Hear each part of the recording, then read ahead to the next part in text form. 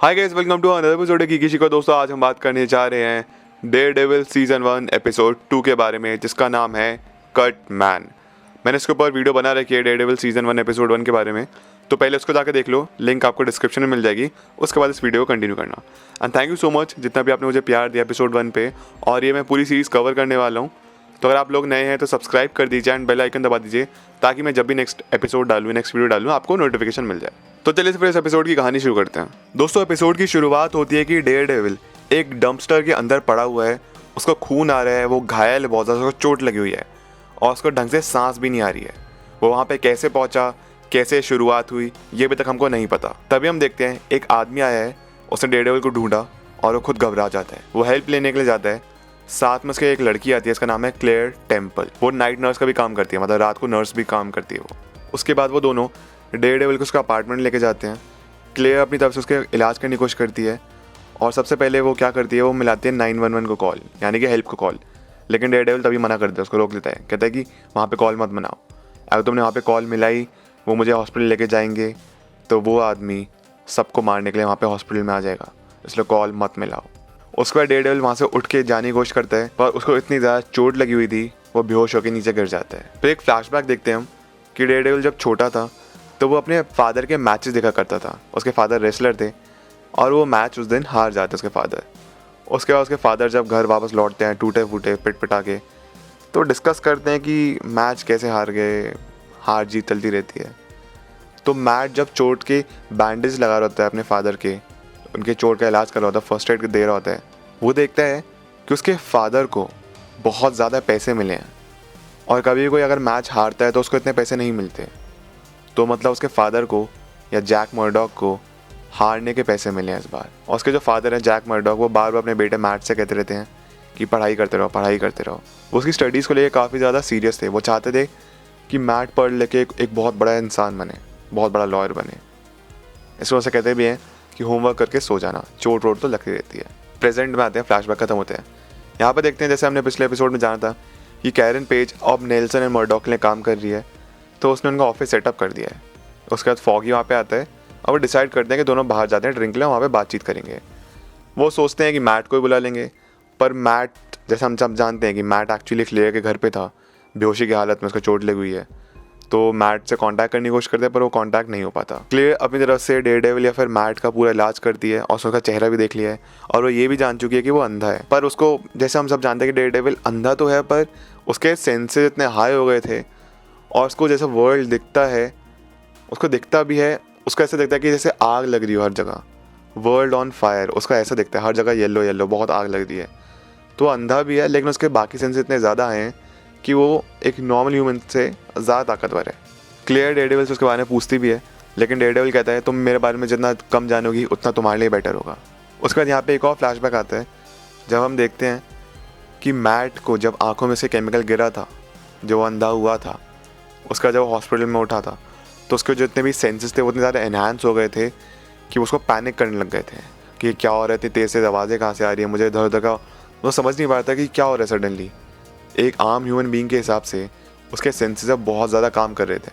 लेकिन तभी उसके फादर जैक मर्डॉक वहाँ पे आते हैं और उसको थोड़ा काम डाउन करने की कोशिश करते हैं। डेयरडेविल बेहोशी से उठता है और वो क्लियर को बताता है, अब एक्चुअली डेयरडेविल थोड़ा रिकवर भी कर रहा है। वो बताता है दरअसल में वो एक बच्चे को बचाने के लिए गया था, ह्यूमन ट्रैफिकिंग चली थी उस बच्चे की। एक्चुअली जब वो वहाँ पे पहुँचा बच्चे को बचाने के लिए, तो उसको पता चला कुछ रशियंस हैं जो कि ह्यूमन ट्रैफिकिंग कर रहे हैं, और जहाँ पे वो बच्चों को किडनैप करके लेके जा रहे हैं, जो उनका अड्डा है, वो एक्चुअली एक ट्रैप था डेयरडेविल के लिए, और वो खुद ही वेट करते कि डेयरडेविल वहाँ पे आएगा। डेयरडेविल ने उस बच्चे को बचाने की कोशिश करी, पर अनफॉर्चुनेटली वो बचा नहीं पाया और खुद अपनी बहुत मुश्किल से वहाँ जान बचा के यहाँ से निकला, और इस तरीके से वो डंपस्टर में पड़ा हुआ है। वो किस तरह वहाँ से बचा के निकले है, और वो बच्चा अभी भी किडनैप्ड है किसी के पास। उसके बाद डेयरडेविल कहता है क्लियर से, कोई तुम्हारी बिल्डिंग में जस्ट अभी एंटर हुआ है और वो मेरे बारे में पूछ रहे हैं। डेयरडेविल को उस आदमी की स्मेल आ रही है और वो बहुत बहुत माले नीचे है, वो बहुत स्टोरीज नीचे है वो। उसके बाद तभी को फ्लैशबैक आता है उसके बचपन का। अब मैट अंधा हो चुका है और वो पढ़ाई कर रहा है ब्रेल में, और उसके फादर ट्रेन कर रहे हैं अपने आप को बॉक्सिंग रिंग में। वहाँ पे दो आदमी आते हैं, वो जैक के पास आते हैं और उसे बोलते हैं कि तुम्हारी एक फ़ाइट होगी, इस आदमी का नाम है क्रील, और तुमको ये लड़ाई हारनी है, और अगर तुम्हें लड़ाई नहीं हारे तो हम तुम्हारे बेटे को ऑर्फन कर देंगे, तुमको हम मार डालेंगे। प्रेजेंट की बात करते हैं, जब वो आदमी जो डेयरडेविल को ढूंढ रहा था क्लियर के अपार्टमेंट की जो पूरी बिल्डिंग थी उसमें, वो क्लेयर के अपार्टमेंट पहुंचता है तो पूछता है कि आपने किसी एक मास्क्ड मैन को देखा है? दरअसल में पास ही में एक रॉबरी हुई है, हम उसकी तलाश कर रहे हैं, मेरा नाम है डिटेक्टिव फॉस्टर। क्लियर कहती है नहीं, मैं ऐसे किसी इंसान को नहीं जानती और ना मैं ऐसे किसी को देखा। और फिर वहाँ से वो डिटेक्टिव फॉस्टर चल जाते हैं। जब वो फॉस्टर चल जाता है तो डेयरडेविल बताता है कि आदमी झूठ बोल रहा है, ये डिटेक्टिव नहीं है बल्कि खुद वो रशियन है जिससे अभी कुछ देर पहले डेयरडेविल की लड़ाई हुई है। उसके बाद जो रशियन थग या डिटेक्टिव फॉस्टर जब नीचे जा रहा होता है, सीढ़ियों से उतर रहा होता है, डेयरडेविल एक फायर एक्सटिंग्विशर उठाता है और उसके सर पे फेंक देता है, जिसको चोट लगती है और वो बेहोश हो जाता है, अनकॉन्शियस हो जाता है वो। On the other hand foggy और कैरन जब ड्रिंक कर रहे हैं तो वो बताती है कि जब मैं अपने घर गई थी, अपार्टमेंट गई थी इन्फॉर्मेशन फाइल लेने यूनियन एलाइड की, अगर उस रात डेयरडेविल मेरे घर पे नहीं होता तो मैं शायद मर चुकी होती। और बहुत ज़्यादा अपसेट हो जाती है उस चीज़ को लेके कि धीरे धीरे खतरा बढ़ता जा रहा है, क्राइम रेट बढ़ रहा है। पर फॉगी उसको बोलता है, दिलासा देता है, घबराओ मत, अभी भी कुछ अच्छे लोग प्रेजेंट हैं न्यूयॉर्क सिटी में, हेल्स किचन में खास तौर पे। क्लियर के अपार्टमेंट की छत पे डेयरडेविल ने और क्लियर ने उसी रशियन थग को अब बांध दिया है। डेयरडेविल क्लियर से पूछता है कि तुमने एक ऐसे इंसान की मदद क्यों करी जिसको तुमने कूड़ेदान में ढूंढा या फिर डंपस्टर में ढूंढा? तो वो कहती है कि मैं नाइट नर्स हूँ और रिसेंटली मैंने देखा है कि काफ़ी कुछ रिसेंटली हॉस्पिटल में कुछ लोग वूंडेड या फिर पिटा के आए हुए हैं और जिन्होंने को पीटा है वो डेयरडेविल है। और ख़ासतौर पे जितने भी लोग अभी आए हैं पिटा के वो लोग हैं जो ज़्यादातर क्रिमिनल्स थे।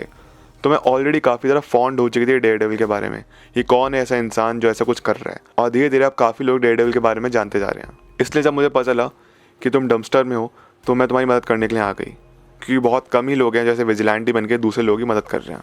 अब एक और फ्लैशबैक आता है मैट के बचपन का। तो जैक जो है, जो मैट का फादर है, उसके पास एक पैकेज आया है जिसमें एक रेड और गोल्डन कलर का एक में बॉक्सिंग रोब है, रेड एंड गोल्डन कलर का बॉक्सिंग रोब है, वो जो पहनते हैं बॉक्सर्स या रेसलर्स। और मैट और जैक एक दूसरे बात करते हैं कि कुछ भी हो जाए हम कभी क्विट नहीं करेंगे, हम हमेशा लड़ते रहेंगे और ज़रूरी है कि अगर हम हार भी रहे हो तो हमको एक बार फिर से उठना है और लड़ना है। जैक एक बुकी को कॉल करता है और अपने ऊपर बेट करता है कि वो मैच जीत जाएगा क्रील के अगेंस्ट, और उसको हारना था बट उसके अगेंस्ट जीत जाएगा। वो बुकी से ये भी बोलता है कि जितना भी विनिंग अकाउंट होगा उसको तुम एक प्राइवेट अकाउंट में भेजोगे मैट मर्डॉक के नाम से। उसके बाद जैक एक और कॉल करता है किसी औरत को और बोलता है कि मैट को जल्दी ही तुम्हारी मदद की ज़रूरत पड़ने वाली है। वापस प्रेजेंट की बात करते हैं। फॉगी और कैरन जो कि बहुत ज़्यादा ड्रंक हो चुके हैं, वो जाते हैं मैट के अपार्टमेंट उसको बुलाने के लिए ताकि वो भी उनके साथ पार्टी कर सके, वो भी उनके साथ ड्रिंक करे। पर ऑब्वियसली वहाँ पे मैट तो प्रेजेंट है नहीं, क्योंकि वो डेयरडेविल बन के क्लियर घर पे बेहोशी की हालत में या फिर बहुत टूटे फूटे हालत में पड़ा है। तो कैरन और फिर फॉगी वहाँ से अब जाते हैं तो वॉक करते हो जाते हैं और दोनों के बीच में बहुत एक गहरी दोस्ती हो जाती है, दोनों बॉन्ड करने लगते हैं। डेयरडेविल वो जो रशियन थग है, जब वो अपने होश में आता है तो उससे वो अपनी इंटरोगेशन शुरू करते हैं और डेयरडेविल जानता है कि कब कौन सा इंसान सच बोल रहा है फिर झूठ बोल रहा है, क्योंकि डेयरडेविल उसकी हार्ट बीट सुन सकता है। तो जो रशियन होता है वो सच बताता है कि वो नहीं जानता कि रशियंस ने उस किडनैप बच्चे को किसको बेचा है। डेयरडेविल उस रशियन थग को और भी ज़्यादा इंटरोगेशन करता है टॉर्चर के थ्रू और बोलता है कि जितना तुमको दर्द होगा उतना मुझे और मज़ा आएगा, तो मुझे सच सच बता कि वो बच्चा कहाँ छुपा है या फिर तुम्हारा बॉस कहाँ है जिसने बच्चे को छुपा रखा है। तो फाइनली रशियन इतना दर्द में होता है कि वो डेयरडेविल को सब कुछ बता देता है कि वो कहाँ पे वो बच्चा मिलेगा और उसका बॉस मिलेगा। उसके बाद डेयरडेविल उस रशियन को छत से गिरा देता है और क्लियर को बोलता है डोंट वरी, मरेगा नहीं है, जिंदा रहेगा। और फिर वो क्लियर से ये भी बोलता है कि कहीं जाके तुम छुप जाओ, क्योंकि अब हो सकता है तुम पे भी खतरा है, कुछ लोगों ने हो सकता है तुमको मेरे साथ देख लिया हो। क्लियर कहती है ठीक है मैं छुप तो जाऊँगी, पर मैं तुमको ये बता दूँ मैं कहाँ पे होंगी इन केस तुमको मेरी मदद की फिर से ज़्यादा ज़रूरत पड़े। तो वापस एक फ्लैशबैक आता है, एक पास्ट आता है जहाँ पे हम देखते हैं कि जैक मर्डॉक क्रील के अगेंस्ट लड़ाई जीत जाता है और मैट टीवी पे उसको जीतते हुए देखता है या फिर एक्चुअली सुनता है। लड़ाई जीतने के बाद जैक वहाँ से निकलने की कोशिश करता है, भागने की कोशिश करता है, पर वो उससे पहली मॉबस्टर्स उसको आते हैं, उसको मार डालते हैं और उसको मारते हैं उसी घर के पास। मैट को गन शॉट की आवाज़ आती है उसके अपार्टमेंट के पास, वहाँ पे जाता है, अपने डेड फादर को देखता है, बहुत रोता है। प्रेजेंट की बात करते हैं।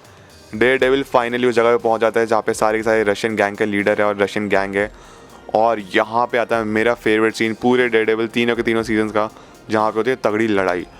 इसमें थक जाता है, हार जाता है, पिटता है, बहुत चोट लगी पड़ी है, फिर भी लड़ता रहता है। वन शॉट है पूरा, एक टेक में इसको पूरे सीन को कोरियोग्राफ किया गया है। लगातार लड़ाई हो रही है, लड़ते जाए डेयरडेविल और सबको मार पीट के फाइनली उस बच्चे को बचा लेता है और वहाँ से निकल जाता है और यहीं पे एपिसोड ख़त्म होता है। तो गाइस ये थी आज की वीडियो, आई होप आपको पसंद आई और अपना मेरा फेवरेट मोमेंट बताओ उस पूरे एपिसोड से। मेरा फेवरेट मोमेंट तो जैसे मैंने आपको बताया यही था जब वो लास्ट में वो लड़ाई करता है पूरे गैलरी में उस बच्चे को बचाने के लिए। कितनी प्यारी कोरियोग्राफी है वो, एंड वो पूरा पूरा वन शॉट सीन है।